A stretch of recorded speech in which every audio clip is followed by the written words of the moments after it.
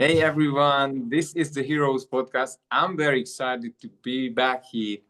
And I've got TJ Bennett here with me. How are you, TJ? I'm doing great. How are you doing, Andre? Well, I'm very excited. I've been looking forward to this interview for about 2 or 3 months. I don't Yeah, usually look for episodes, but this one, yes, I've been watching you for a while. I know some of your story, but I would love to have a lot more today. But before awesome. we to your story, I wanted to intro you in a few sentences so people get to know who we are Mhm. meeting today. So TJ began his coaching career after 25 plus years in the advertising industry, working as an executive creative director and writer for agencies big and small, including TWA, Chiat, Day Sachi, Ogilvy, Hill Holiday, and Garage Team Mazda. Pretty impressive. So TJ's mission is to desuckify work. I really love that brand. Trademarked it even more so. And we are all at our best when we have what we need to thrive. And his long journey through ad land has taught him one powerful truth. Only creativity can stop the suck. Ooh, I love this. Before we get to what you do and how you do it, did you want to take us back to perhaps the background, the beginning, and what has been the most difficult part of your journey as far as self-worth, maybe confidence? Mm. Yeah, I mean, that's an interesting sort of thought experiment. I mean, for me, the thing that I think defined my adult life in general was I had some health challenges when I was younger. So when I was 19, I was diagnosed with kidney disease. And so I basically spent all of my college years with my kidneys slowly failing. And, you know, I did okay, but I think what happened during that time was it just shrunk my world a little bit. I felt a little bit unable to fully be myself and fully show up because I was just worried about what's happening with my health. And so it was a really hard time. And by the time I was 23 years old, I went on dialysis, which, for those who don't know, that's when your kidneys fail at some point. They use a system to basically clean your system out, clean your blood, get rid of the toxins because your kidneys don't do that anymore. Um, and that was definitely a pretty rough point for me. I mean, I was at that point I was working at a job that, I'll be honest, I didn't really like that much. But it became really hard to just keep up with that job when I was on dialysis because I was just so tired, so worn out, and honestly, probably depressed. When I look back at it, I was pretty depressed.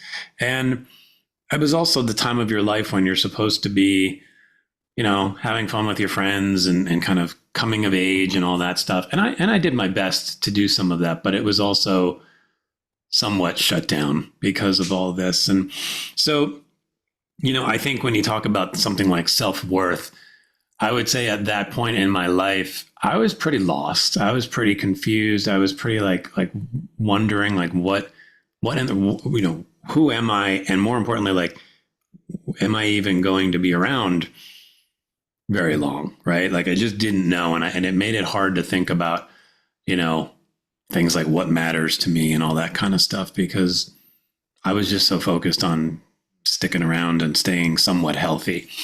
And what changed and what was beautiful is that, several months later after all that, my brother raised his hand and said that he would be willing to give me one of his kidneys. And so when I was 24 years old, or almost 24, we had that surgery and I got the kidney transplant from my brother.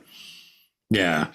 So Oh, that created a pretty powerful shift for me because suddenly, the world looked pretty dark and suddenly it didn't. It looked, I could see the light a little bit more and I could envision the future a little bit more. And what it's interesting, it took me a long time to come up with the DesuckifyWork platform and doing the work that I'm doing now. But I think the thing I realized at that point in my life was I wasn't going to be willing to spend the bulk of my days, which is when we work, um, doing something that I don't like. And so, where my previous job was a job that I just honestly would found boring and not relatable and not connected to me in any way, that led me to find my way to working in advertising, where I worked for 25 years. And what I realized there was that it gave me a chance to touch my creativity, which was a huge part of me that really kind of unlocked once the kidney transplant happened. TJ, I'm lost. I'm still having goosebumps about that kidney. Just Mm. you wouldn't be here, right? Without that kidney, or possibly. Possibly not. I mean, you can live on dialysis, but generally speaking, it's not a great long-term solution. And the longer you're on it, the more risks there are for things not to go well. Yeah. And how's your brother? Is he okay? He's doing well. Yeah. Thank you. One kidney, pretty much. Yeah. Yeah. I mean, that's the beauty of kidney transplants, is that people can live with one kidney. I mean, I have his kidney, which is my only functioning kidney at this point, and then he has the other one, and yeah, they both work great for each of us. Yeah. Wow, that must be. Has your relationship changed with your brother after? I think so. Yeah. I mean, it was interesting because, when we were younger, like a lot of brothers, we fought a lot and, got on each other's nerves and all that stuff, which is pretty normal. And I think things were already shifting in our relationship as we started to come into adulthood. We sort of matured out of some of that constant battle mode. But certainly, like, I mean, honestly, once we talked about him potentially giving me a kidney, it's just like, it's hard to articulate, what that feels like. But you certainly can't. I know for me, I couldn't look at him the same way. It was just like, wait a second, like, what? You're doing something that I'd like to think I would do in the same situation, but it's remarkable. And so, like, my view of him as a person just almost immediately had to shift, because I'm like, this is this amazing thing that you're doing. And yeah, so it certainly just changes the way you see each other, I think.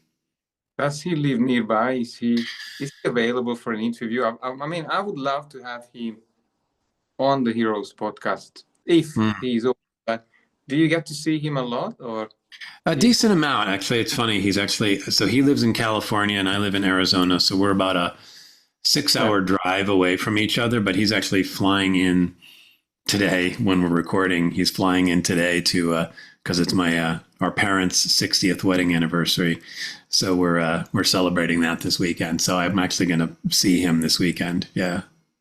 That's fantastic. Well, my best wishes to him. And as I said, I would love. It just occurred to me now to get him on this podcast because I'm stuck at the kidney. But I understand that life moved on, and in advertisement, you just about to share that. I think you found your creativity, right? The new version of you. Yeah, I mean, I think before all the kidney stuff, I was starting to discover this love of writing and creativity and ideas for myself, probably the last few years up until then. And once that kind of world opened up for me, and I realized I wasn't going to just accept doing an ordinary, boring job that honestly I didn't think much about before. It was just like, oh, I guess I'll just get a job, And suddenly I was like, wait a second, this is my whole life, basically. Like every day of my life, I'm going to be doing this thing. I better do something I like. And I was fortunate because I had a cousin who was in the advertising business. And so he became kind of a little bit of a mentor for me. He's just a year older, but so he had a couple of years of experience, and he opened my eyes to this. And I was like, wow, okay. And I just went all in and I just figured out how to get the first job. And then from there, just scratch and claw and find my way to get more and more jobs. And it clicked right away. Like I knew like this, I really loved it. It was like being creative and solving problems, like two of my favorite things to do. I do have a question, and I'm sorry about it. Again, that transplant. Mm-hmm.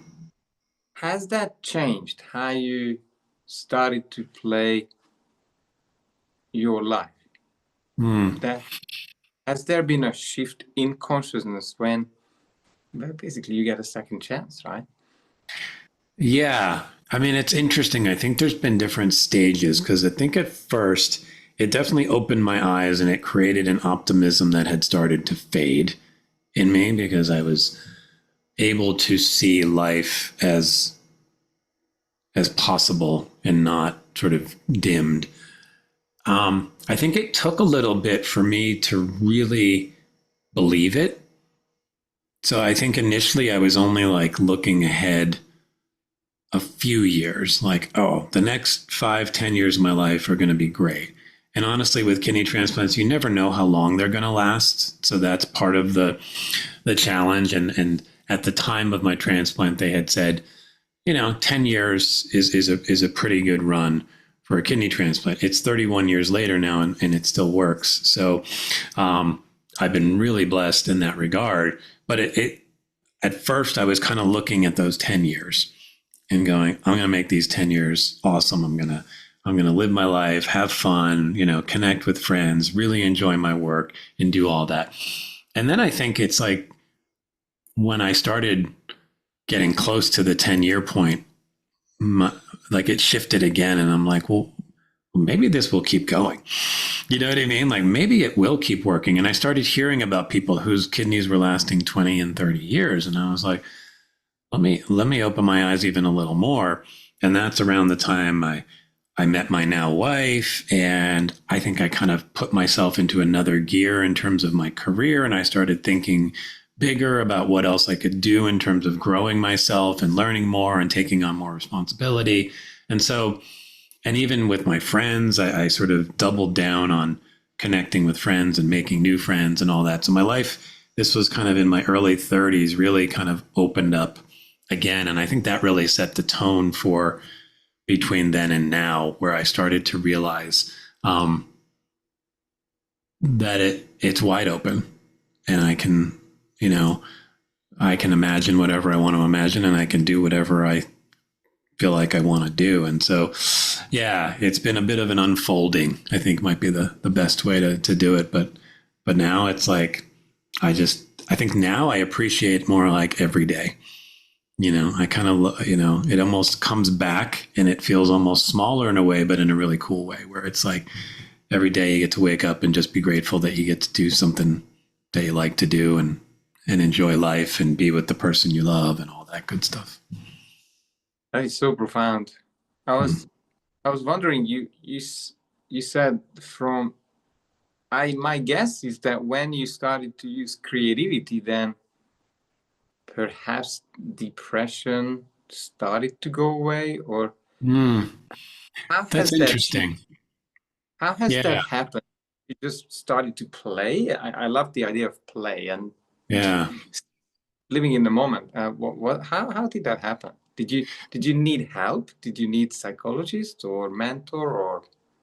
Yeah, that's a great insight, actually. I mean, I did go through some therapy in my 20s and things like that, which did definitely help me deal with some of the challenges I was going through. I think what I noticed when I really stepped into my work and the creativity was there, you bring up play, and I think that's really interesting because I found that was my natural state. Was I want to have fun while I'm working. And I found it became obvious to me that if I have fun while I'm working, I'm more creative. Like to me, those two things are inextricably linked. It's virtually impossible to be creative if you don't sort of open your mind to playing and having fun and enjoying yourself. You can't like think your way into creativity. You have to like let it flow through you. And for me, I think back some of the early work experiences I had. I mean, we were just like, it was a team of us working and we would just do silly stuff, play games, have fun. And then, suddenly you found yourself sitting there talking about ideas and suddenly those ideas started blossoming and that became the flow and that became kind of the barometer for, do I like where I am as far as where I'm working? Can I be myself and can I have fun and can I play and can I laugh and can I enjoy it? if a place felt a little too restrictive, I knew that wasn't going to work for me. So yeah, that creates, I think it does very much. Play and creativity are linked. And I think to your point, when I was in that zone, and I still try to be in that zone, to be honest with you, it's hard to be depressed. I wouldn't say Yeah, it's like an immediate cure all, but the more you open yourself up to being creative, having fun, playing, and playing is also like connecting with yourself and with others, and feeling that energy, and that it washes away a lot of yeah, that stuff. And even if you come back and you have moments where you feel depressed, they can be more manageable when you have this kind of repeat process of jumping back into fun and play and all that. It gives your life a sense of I don't know if I want to say meaning, but it's almost more like there's an energy to your life. There's a momentum to your life when you get to play and have fun and be creative that um, you get to look forward to. You're like, oh, I mean, I would, yeah, I worked in New York City for years, and I was living there for a while, and so I'd be walking to work excited to go to work. As much for the work as much for the I get to hang out with these people who are awesome, and we have fun together. that I think is an experience that a lot of people would love to have, Yeah. Mm-hmm. and they don't, I agree. because Yeah. probably they go to earn some money and dread those Monday mornings or even Mm-hmm. Sunday and next Sundays. day. Yeah. Mm-hmm. And tell me, how has coaching launched? Was it out of? I can hardly imagine that you would move on from this playground having. Yeah, I mean, it's interesting, right? Like by the time I was in this career, in the advertising career for 25 years, what I found shifted in me. I still was having fun. I mean, even working, I mean, I was working remotely the last few years, and I still had fun. Whenever we'd jump on a call with people, we'd try to have fun. But what was giving me the most energy in the last 5, 7 years of my career, maybe even longer, and what was the most fun for me was the connection with the people that were on my team and that I got to lead and mentor and coach. And I drew a lot of energy from helping people think differently about their careers and the way they're seeing the work that they're doing. And I was as excited about that as I was about coming up with a new advertising idea earlier in my career.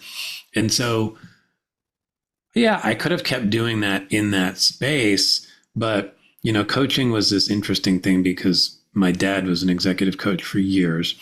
And so I was aware of it as a possibility, and I started thinking, well, maybe I can, for me, what coaching can be is a chance to connect with people, do what I'm doing, helping people see more possibilities for themselves in their work. And this comes down to this desuckify work thing. I always had this belief that work shouldn't suck. Like it should be fun, it should be enjoyable.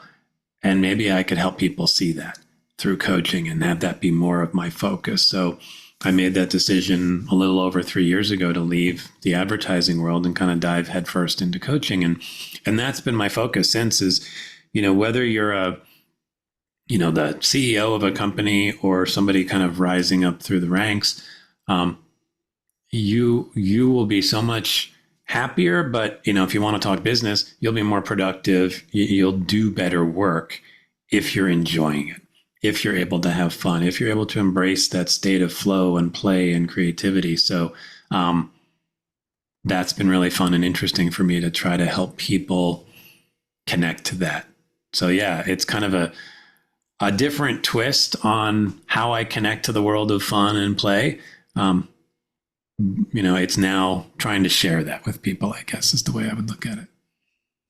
I can so relate to what you say, because I think that's the most enjoyable part of my days when I Mm-hmm.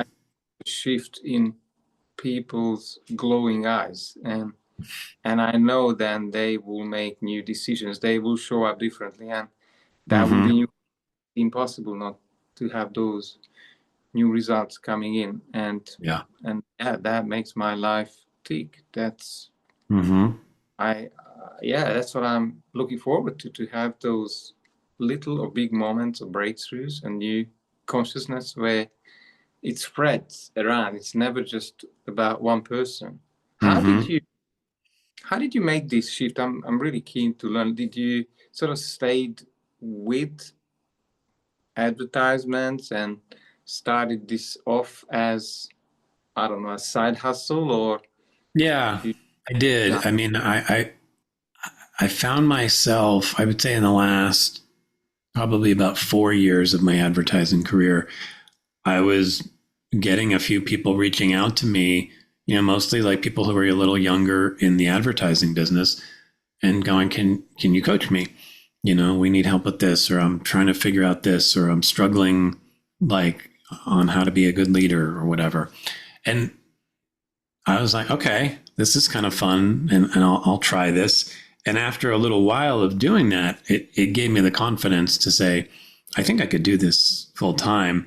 And for me, I wanted to study it a little more. So I actually, when I then left advertising, I went in and I took I went to school for coaching, and it was like a 6 month program, and that was really cool because it validated some of the things I was already doing, but it also opened my eyes to lots of new ways to help people.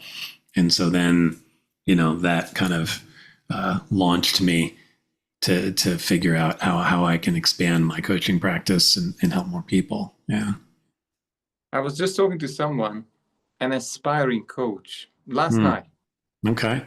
from Massachusetts, and it was interesting. He is great. He's been helping, mentoring, yet it's Mm-hmm. interesting, he said, and I think that's what came through from your experience, that it's so great to have a structure, to Mm-hmm. have, okay, this is where we fall back to, and we just go back to the basics, and then Yeah. things start to shift. Yet he does not yet have that. It's a very Mm. interesting.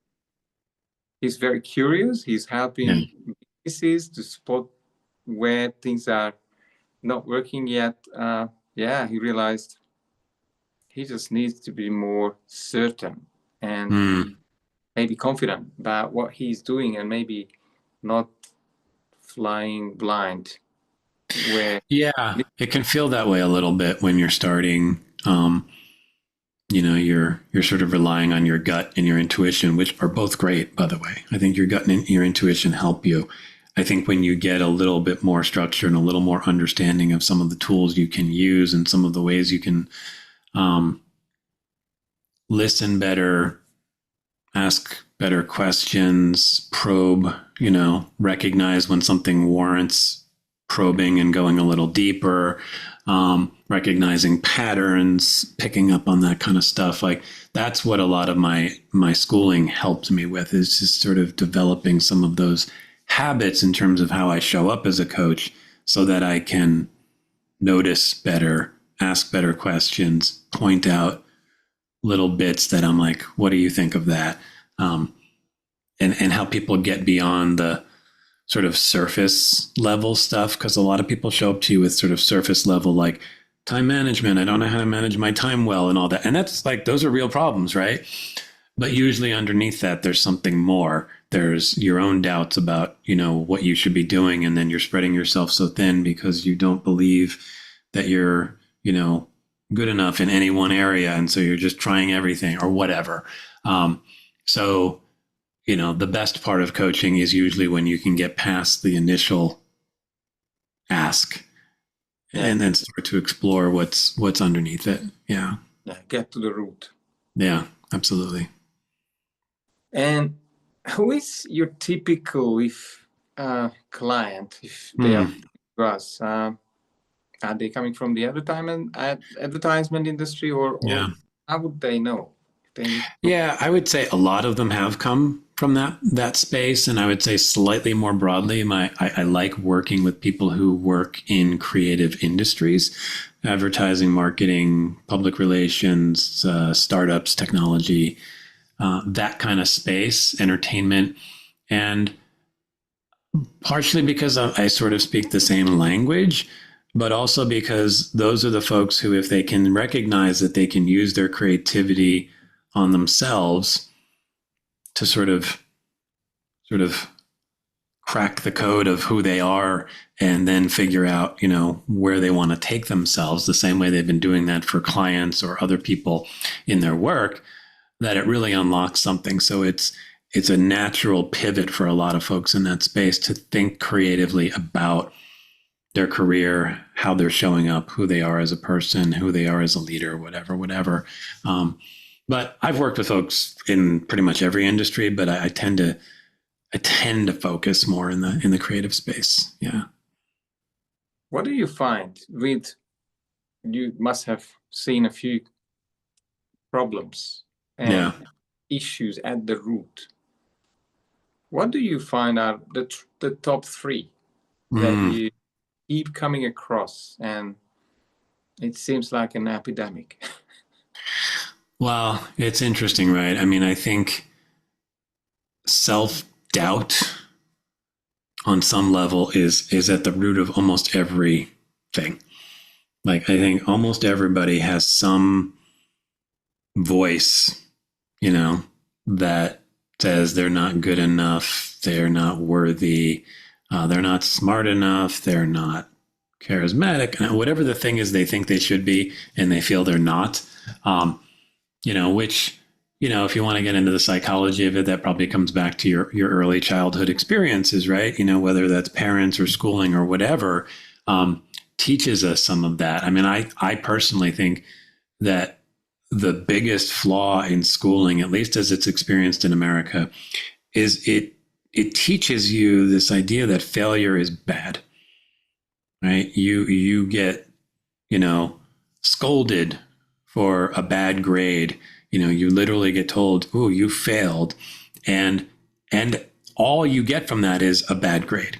Now, if you said you get a bad grade and here are the things, here's the opportunity for you, here's where you can learn and grow, here's, this failure is actually a good thing because it tells us where you are, and now we can figure out how you can learn and grow and develop, and let's work together. That might be different, but that certainly wasn't my experience in school. And so to me, there's a lot rooted in that for people. It's just, there's this perfectionism that develops, and it basically creates a bar that you can never meet. So you never reach the standard that you've set, which was set when you were like 5, to be quote unquote good enough. And so for me, like, that's at the root of almost everything. I think sort of broadly speaking, what I noticed within organizations a lot is communication is a really big challenge for people. How to communicate honestly and effectively, right? I mean, I think some people can be really good at the honest part, but they don't do it with a kindness, and they do it with a brutality that people don't listen to. And then other people have a lot of kindness, intention, but then they don't say anything, right? They withhold the things that actually need to be said. So communication, with certainly in the world I came from, communication in advertising agencies was generally pretty terrible. So those two things, I think that the self-doubt, the communication, and I think maybe just a general lack of self-awareness. Sometimes what I notice, and I coach a lot of people who are kind of in that middle age, like approaching 40 kind of spot. And what I think I notice, and I don't know if this is more of an American phenomenon, but you kind of come out of college and sort of just sprint into your life, your adulthood life, whether that's with work and your relationships, and it's almost autopilot. And then you kind of wake up at late 30s or whatever, and you kind of go like, who am I? Like, I feel like I haven't made a decision my entire adult life. I've just followed whatever the path was. And I talk with a lot of people who struggle with that. And it is kind of like, who am I? And like, what do I really care about? Not what should I care about, what society tells me, what my job tells me, what my family tells me, but me, who am I? And it's funny because when they were 5, they probably knew exactly who they were. And then schooling and early life kind of like sucks it out of you. So I think it's sort of sad, but it's also a wonderful opportunity that you can re-look at yourself at that stage. But that's definitely at the root for a lot of people. It's just like, who am I? Absolutely, to wake them up. I can confirm from living 10 years in Australia, quite similar. Is it? People that just follow someone else's goal plan. Up midlife crisis, we call it here in Europe. Is no different. Living out the programming and then finding no meaning, finding that this does not work, and they are not happy. Not even with the with the material things that very I think it's a very sobering experience for who are not.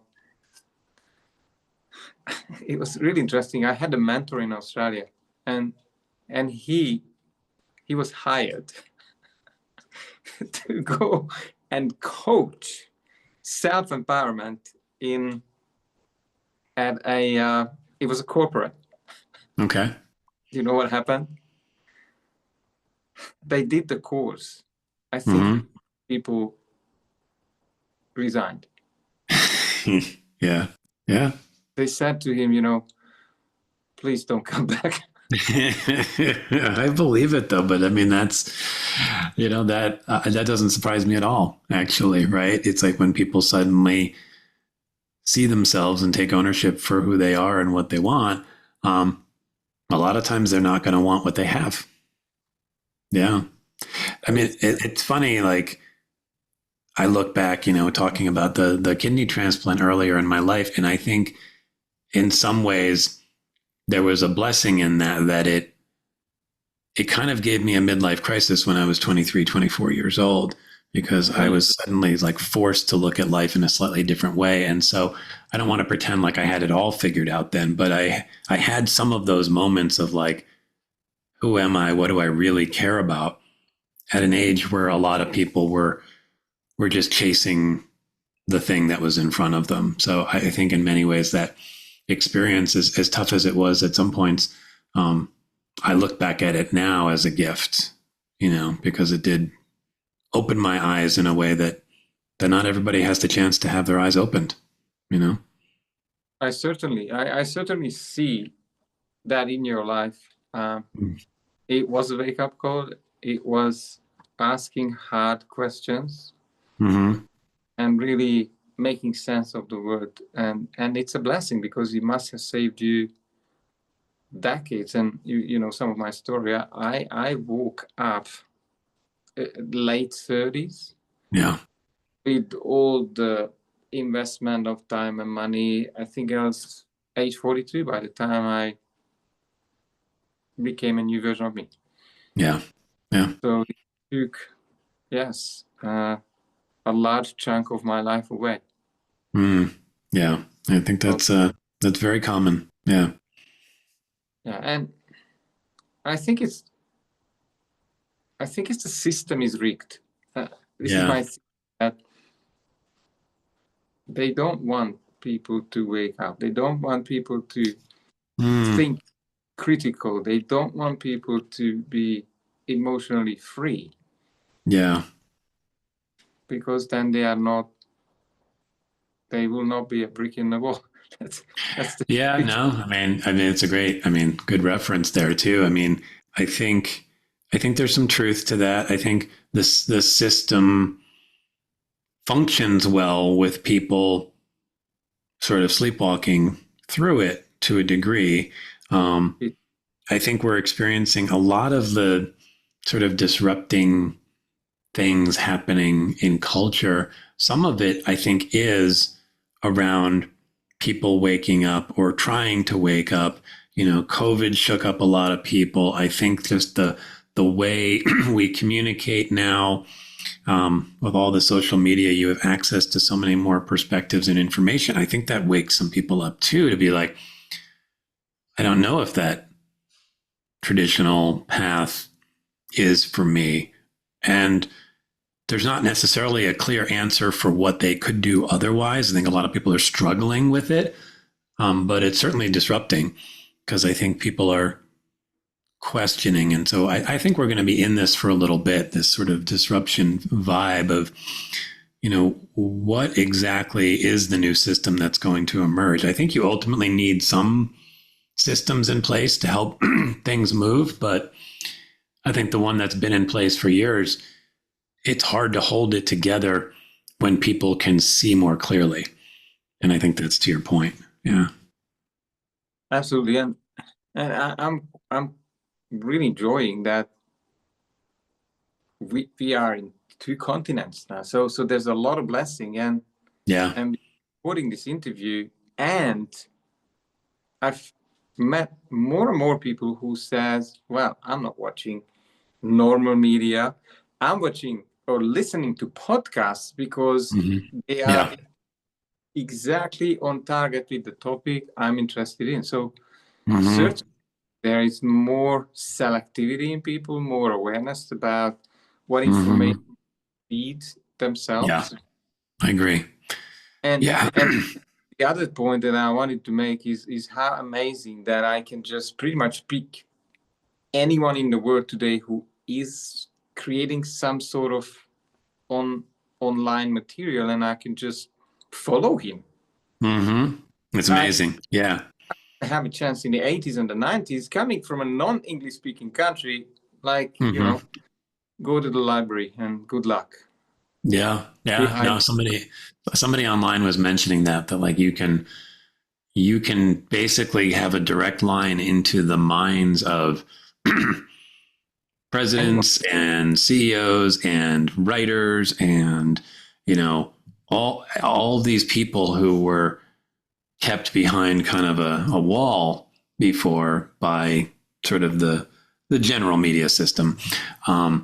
And now you get like direct access. That's, and that's probably good and bad in the sense that it can be confusing to deal with all of that information at times and all these different perspectives. But I think on a broad level, I think it's good that we get a chance to absorb information in different ways and then use our brains and our spirit and soul to respond and react to that. But it's going to be messy for a while because, we're emotional animals. So sometimes we get some of that information and, we don't respond to it in the best way, but I think that's just part of the process of this massive sort of ongoing shift in how we get our information, Yeah. But just the fact that you could choose anyone who is a genius and look into their work and the small and large videos, and there's always free content around. It's not the information that's now we're paying for. It's probably implementation more or making that work. If somebody wants to get in touch with you, TJ, what is the best way? What's your website? How to follow? So my website is the Pudding Factory, pudding like the food, factory.net, N-E-T. You can also find me on LinkedIn at TJ Bennett, or you can look up the Pudding Factory. I have a page there. And then I've got my podcast, the DesuckifyWork podcast, and you can find that through my Substack. So I've got a Substack newsletter that includes my podcast and some ongoing written content as well. Those are probably the 3 best places. I'm on Instagram and a few other spots, TikTok, but mostly the 3 I mentioned. Yeah. Well, I really enjoyed having this conversation with you, and we Likewise. also maybe a mini series that might come about. I hope so. Oh, that'd be fun. Yeah. What would you say? What have I maybe not asked you? A couple of things that you really wanted to share today, but I just didn't have the right questions. Well, I mean, I think the thing that's been motivating me recently is, and we sort of touched on this a bit, but just the idea that I think a lot of folks feel like work is almost a separate part of their life, meaning it's not real life. It's like my life is around the hours outside of work. And then there's this 8+ hour chunk of time that's work. And I appreciate that for some people that has to be true, depending on your circumstances, at least.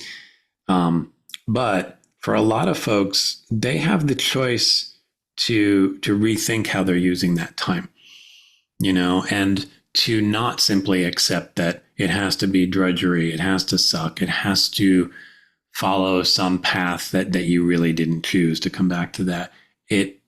And so I just invite people to be more curious about how they use those 8+ hours every day, and to think about, if you look ahead for the next, let's just call it 10, 20 years, what would be the most enjoyable way for you to spend those hours, and let that guide you. I think we feel like we don't get to ask that question. We don't get to invite ourselves into that possibility. And I would argue we all can. And that's part of what I try to help people with is, how can you find a way to enjoy your workday more? And that could be, you could be doing what you're doing, and you just need to think about it differently, or reframe it, or approach it.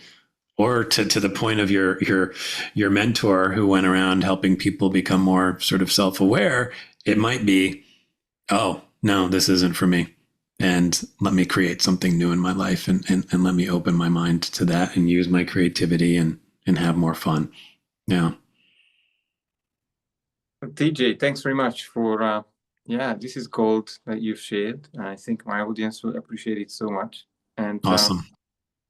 And I hope to see you soon. Thank you very much. Thanks, Andre. I appreciate it. Bye-bye.